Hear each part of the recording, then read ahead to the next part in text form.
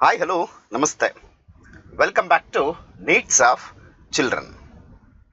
In this session, we are going to get the information about 9th Standard English Medium Social Science, in that History, Chapter number 4, Vijayanagara and Bahumani Kingdoms. Let's come to what are the very important learning points from this lesson.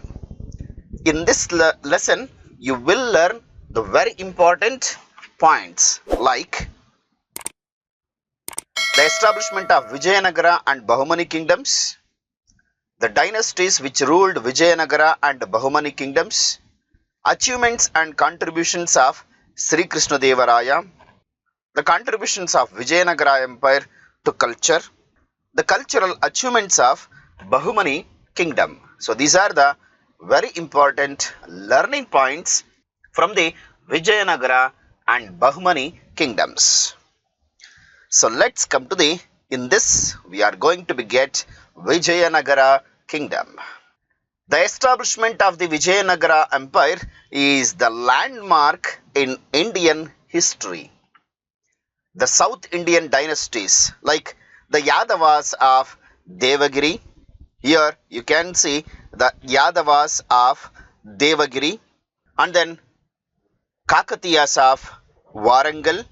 You can see here the Kakatiyas of Warangal, the Pandyas of Madurai, the Hoysalas of Dwarasamudra, even it is also known as Halebeedu, the Cholas of Tanjavur. So here it is the Cholas of Tanjavur, all the victims of violent attacks of Allauddin Khilji. So what you are seeing the picture, this is Allauddin Khilji during the time of Delhi Sultanates.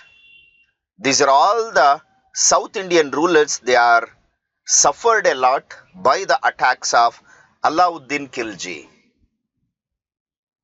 As a result, there will be a political instability, lawlessness, fear and religious turmoil prevailed everywhere.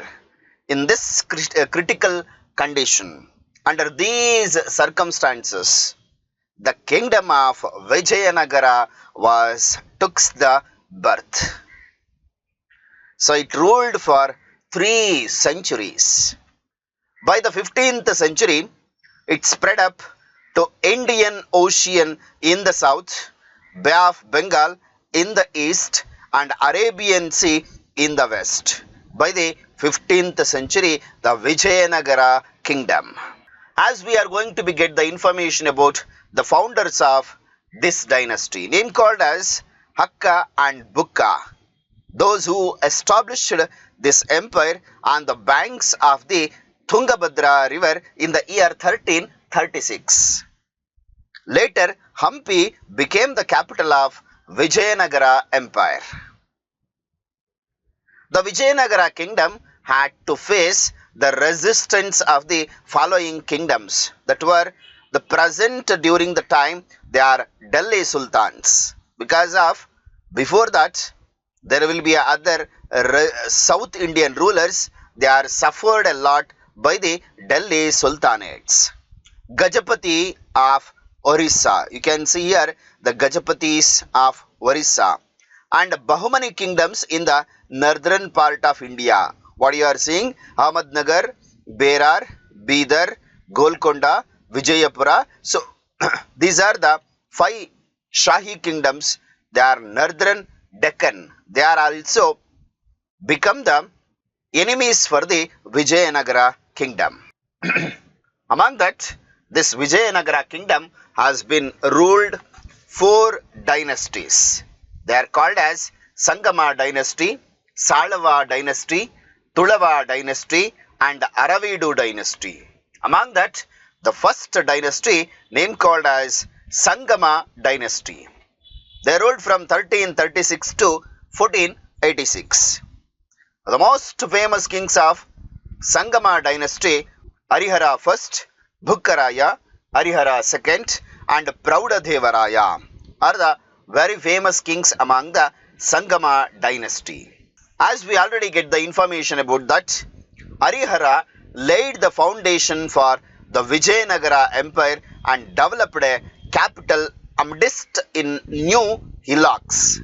So where Hampi, it is completely covered with the hillocks in the middle of the hills. Thereafter, Bukkaraya, who came to power and provided a strength for Vijayanagara kingdom. When he was ascended the throne, Bukkaraya defeated the Reddys of Kondaveedu, merged Penukonda area with Vijayanagara.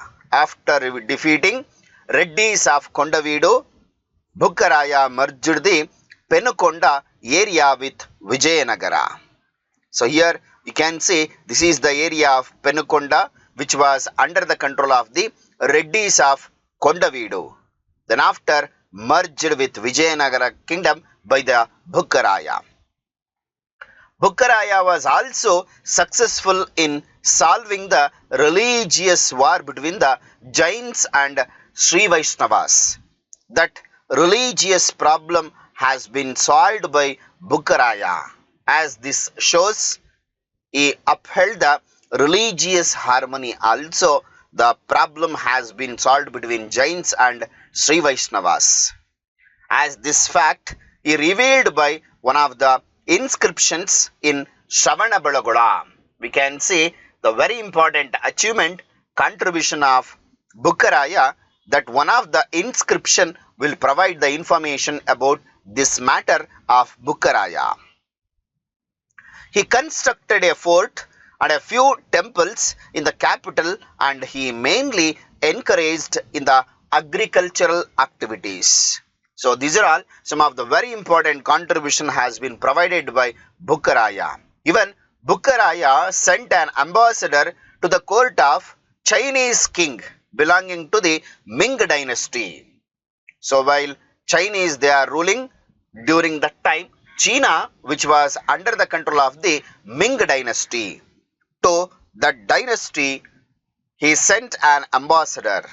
Then later on Bukkaraya, Bukka's son, name called as Kampanna, defeated the Sultan of Madurai and enlarged his kingdom.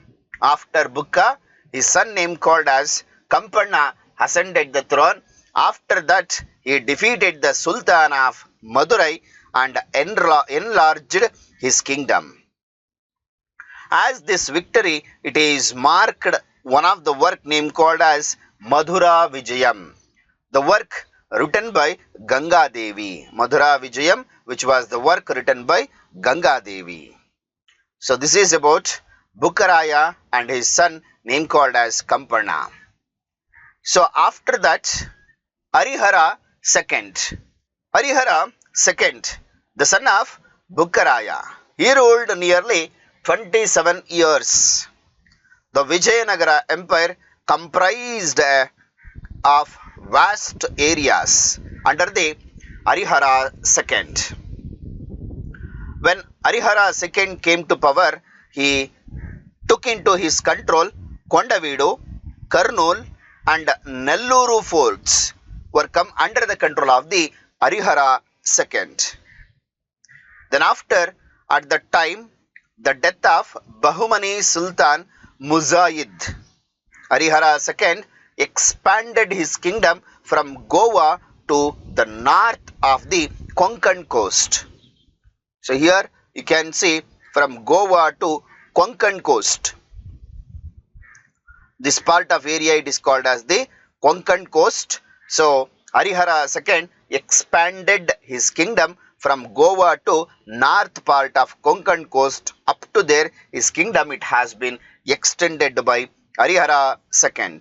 He occupied the fort of Pangala laying to the north of Krishna, towards the north part of area. So Pangala laying fort, which is near to north of Krishna river in the year 1398. So these are the greatest contributions has been provided by Harihara II. And the next very important ruler name called as Devaraya II, also known as the Prouda Devaraya, provided his administration system from 1424 to 1446. The most famous king in the Sangama dynasty known as Devaraya II. He had earned the title name called as Elephant Hunter. So this was the title earned by the Devaraya II. He defeated the king Gajapati Kapilendra of Orissa. Gajapatis. So Gajapati Kapilendra of Orissa and seized Kondaveedu from them. Then after, by suppressing the regional leaders of the border, he expanded the kingdom up to river Krishna in the northeast part of area. Later, he defeated the Kerala ruler. Can you see here the Calicut area, Kerala ruler? Then he received the royalties from Kerala as well as Sri Lanka. From the Sri Lanka and Kerala rulers, he received the royalties from them. This earned the title called as Dakshina Pathada Chakravarti. So Devaraya II earned the title name called as Dakshina Pathada Chakravarti. That means the emperor of the south.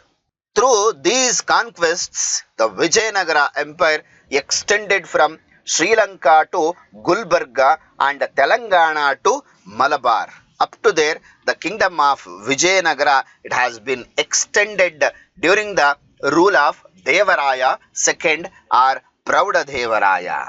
When Devaraya II was ruling, one of the foreign traveler who visited to the court of Devaraya II, according to Nunes, name called is the foreign traveler, the kings of Ceylon, Pulicat, Pegu, Tenasserim, that means Burma, were paying the royalties to the Prauda Devaraya. One of the Arab traveler name called as Nunes. So in his words, he expressed about the Devaraya II that different countries like kings of Ceylon. Ceylon is the other name of Sri Lanka. Pulicat, Pegu, Tenasserim, nothing but Burma. So these are all the rulers are paying the royalties to the Prauda Devaraya. So Devaraya II, he chased the traditional foe enemy, name called as Amasha of Bahumani till Bijapur and occupied the Mudugal and Bankapura from them. So he chased the traditional enemy name called as Ahamasha of Bahumani till the Vijayapura, and from him he captured the places of Mudugal and Bankapura. His commander name called as Lakkanna Dandesha took up a successful naval voyage. Then Devaraya II was tolerant towards the other religious because of he constructed mosques, Jain and Vaishnava temples in his capital. That shows how much he is having the tolerance towards the other religions. Even Prauda Devaraya, being a poet himself, he had in his court the Sanskrit scholar name called as Dindima and the Kannada scholar name called as Lakkanna Dandesha. Lakkanna Dandesha is a commander as well as Kannada scholar. During his period, Veerashaiva tradition and literature saw a revival. Such a wonderful contribution, both religious literature has took the greatest contribution, even wonderful administration system has been provided by Devaraya II. After the death of Devaraya II in 1446, the weak kings came to power and the rule of Sangama dynasty came to an end. Somehow Devaraya II, such a wonderful contribution has been provided under the Sangama dynasty.